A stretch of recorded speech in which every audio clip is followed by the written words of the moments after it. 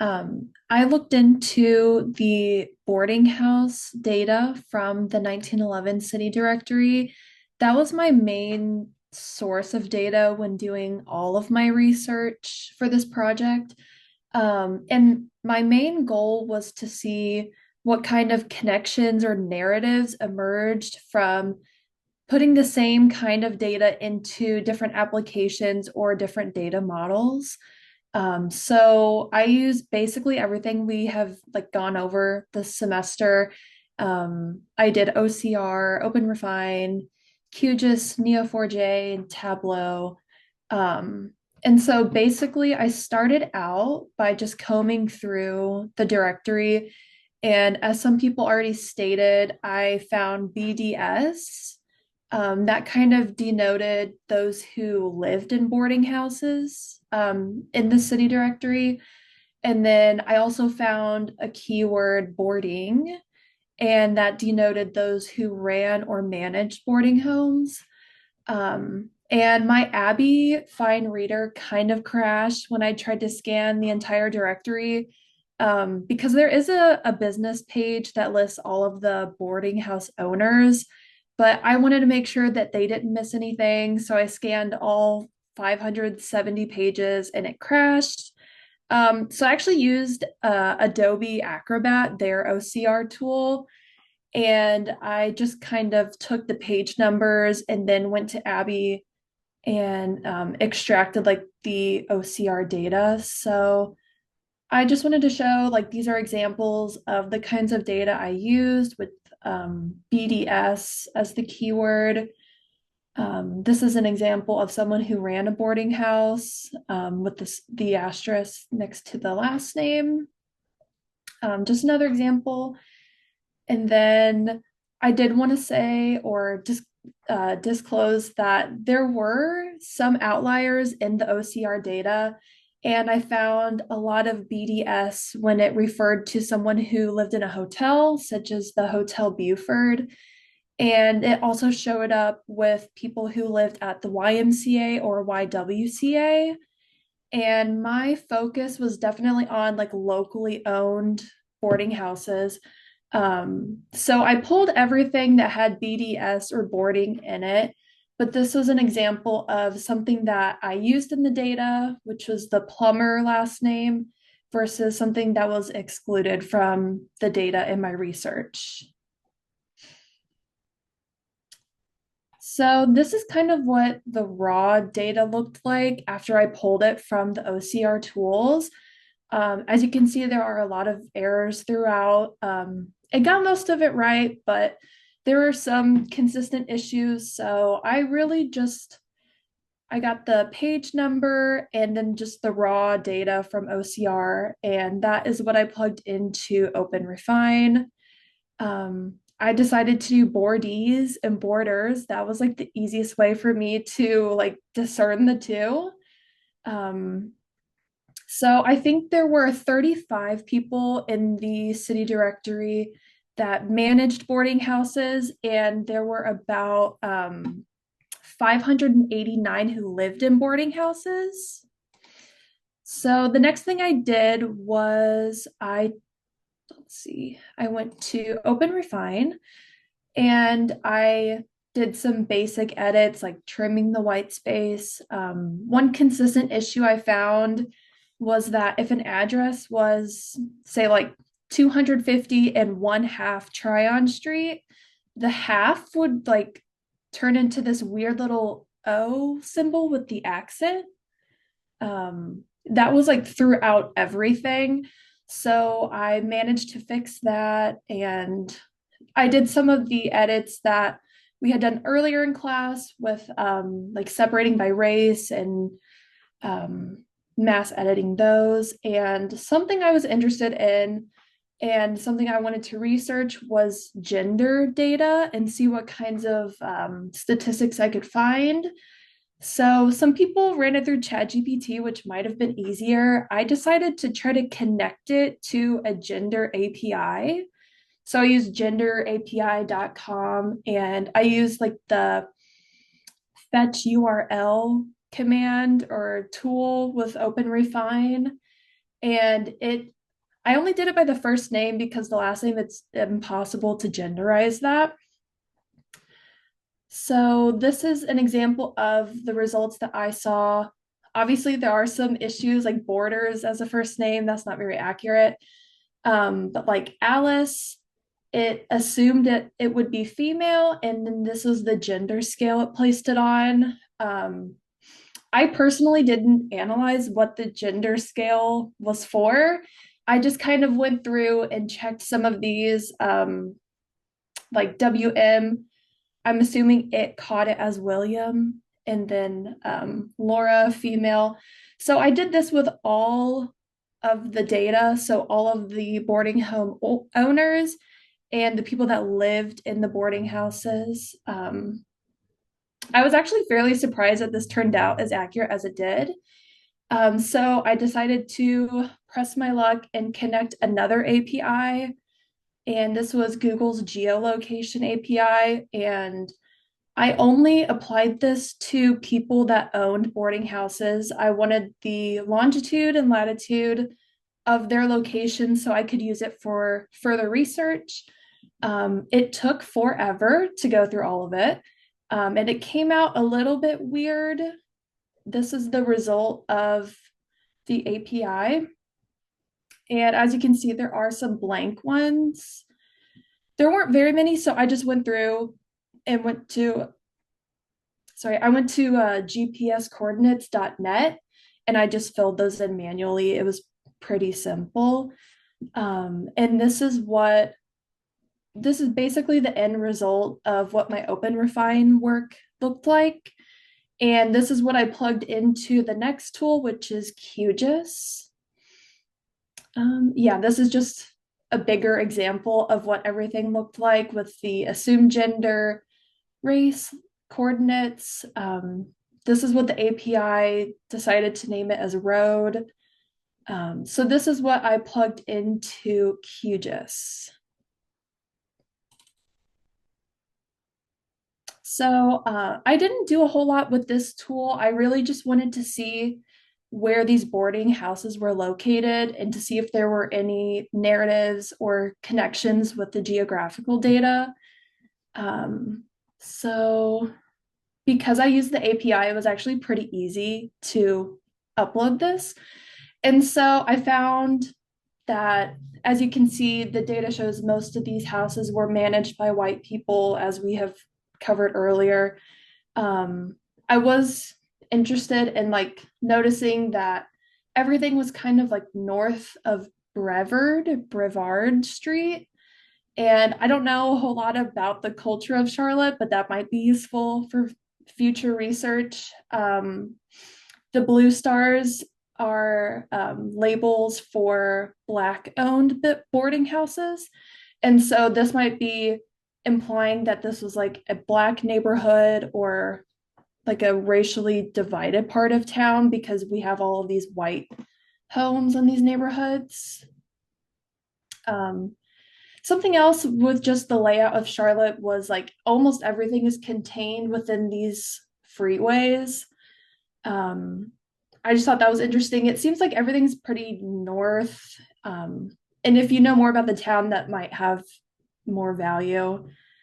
This was just an image of how I labeled these by race to come to this conclusion. And that was about it with QGIS. I really just wanted to see, I like the visual components more, and it was just really nice to see geographically how this worked and where these were located on like a more current map. I thought was interesting. So the next thing I wanted to look at was Neo4j. This one definitely gave me the most issues, and it was the toughest one to work with, because there are so many entries and so many individuals involved with boarding houses. I wanted to look at the actual connections, and Neo4j is really great at like tracing connections through like relationships and nodes. So here I shared my literal command that I typed in. Um, it was pretty difficult to establish these relationships and the nodes. And this actually took a very long time and it lagged my whole computer when I uploaded this. Um, but this was the uh, data or the visualization of everything, all of the data that I had collected. And so this huge like center mass right here is basically connecting anyone who did not own a boarding house. So this is all of the people that lived in boarding houses. And then we have this small little branch off to like the upper right. And this is the data of people that did own boarding houses. So it was interesting to see how they're kind of related, but it's still like a little bit of an outlier there. So, as something that Ren mentioned too was that the occupations for boarding house owners wasn't always it was kind of like a null entry. It was just assumed like if you're on the boarders list, you have a name and address, your job is owning a boarding house. Um, Now it might be implied that some people are madams, and that's a whole different thing I have to look into. But yeah, it showed that a lot of these people were connected through their occupations, whereas the boarding house owners were kind of connected by like gender or race. So to kind of zoom in on things a little further, I put in some commands just to identify the person and the address. And so this little blob down here, just I wasn't sure how to get rid of it, but it all it does is say that all of these people live in houses. The more interesting data is everything around it.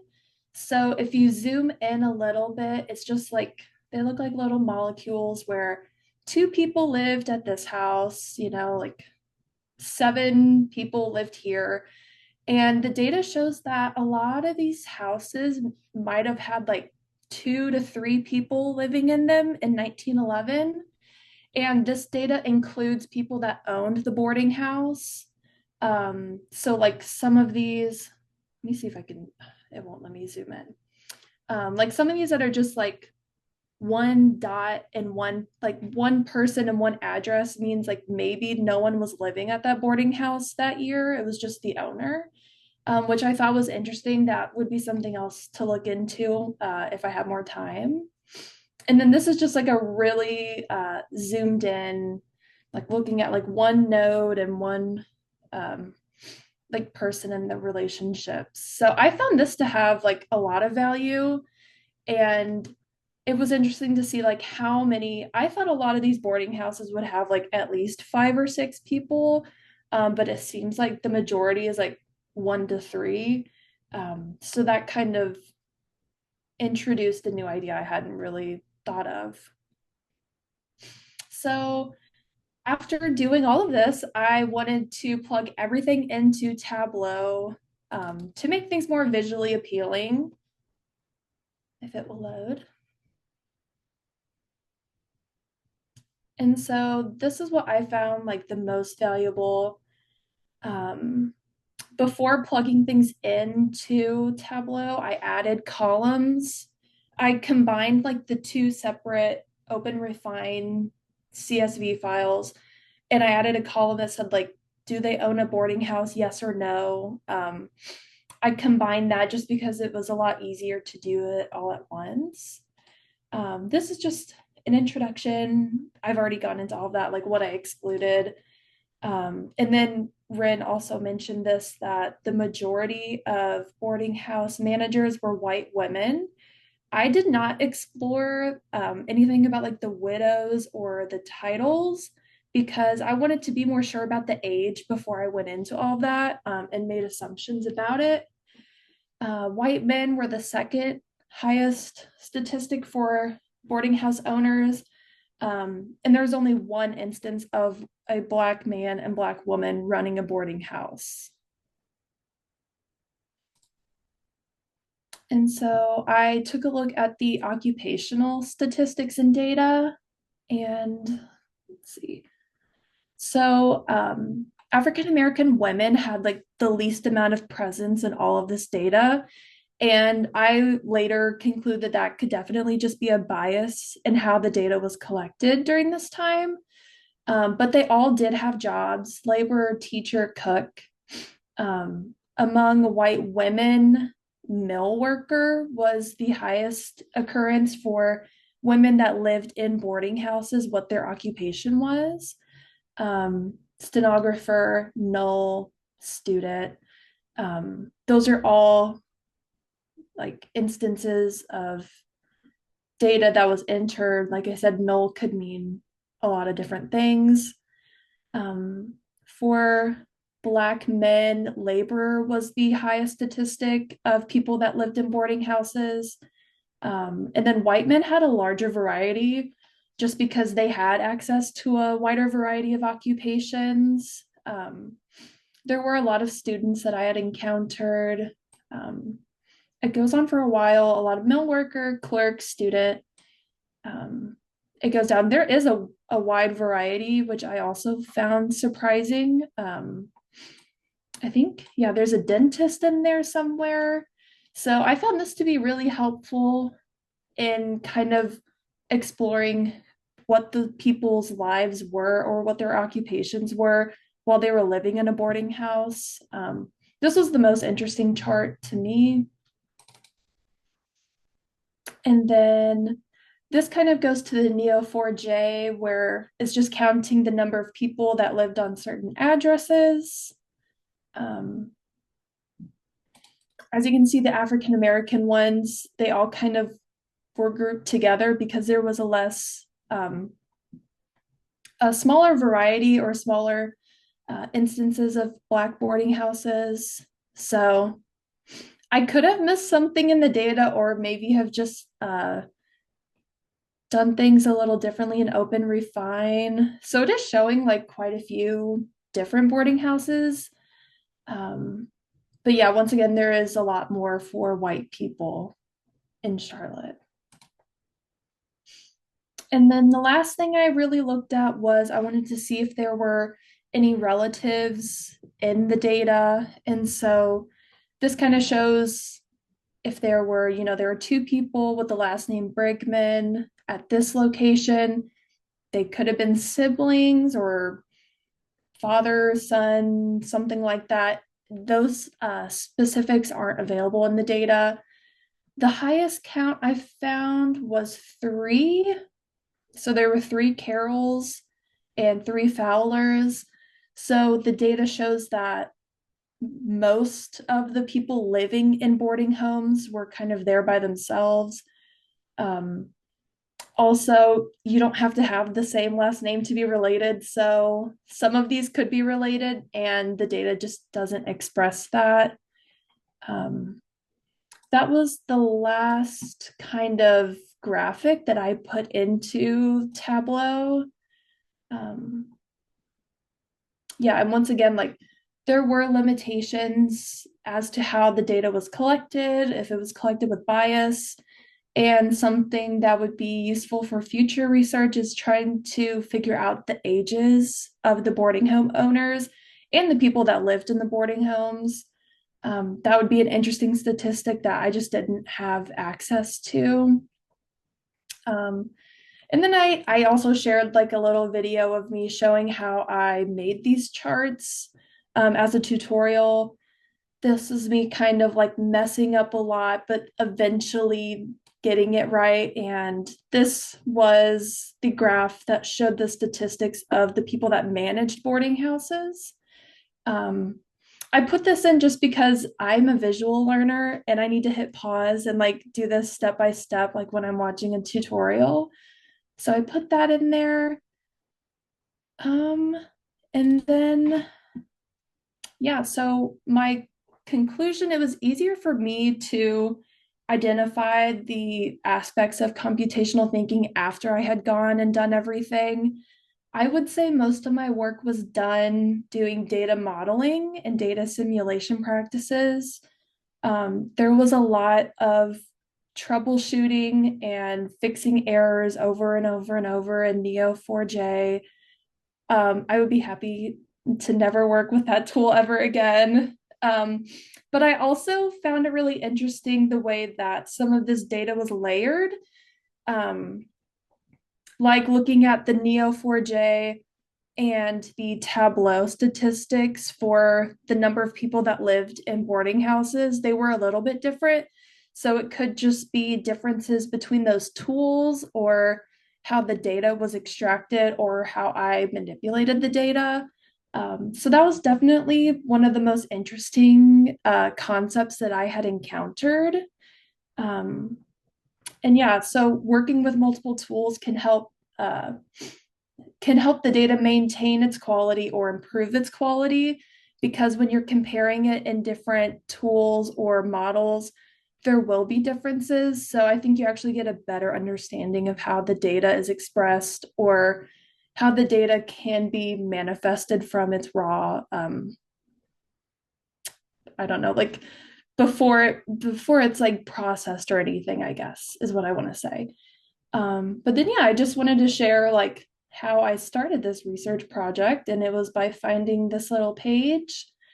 Um, I would be interested if someone went in and like did more research about the madam situation. I had not encountered that at all. Um, but yeah, I think that is it with my research project.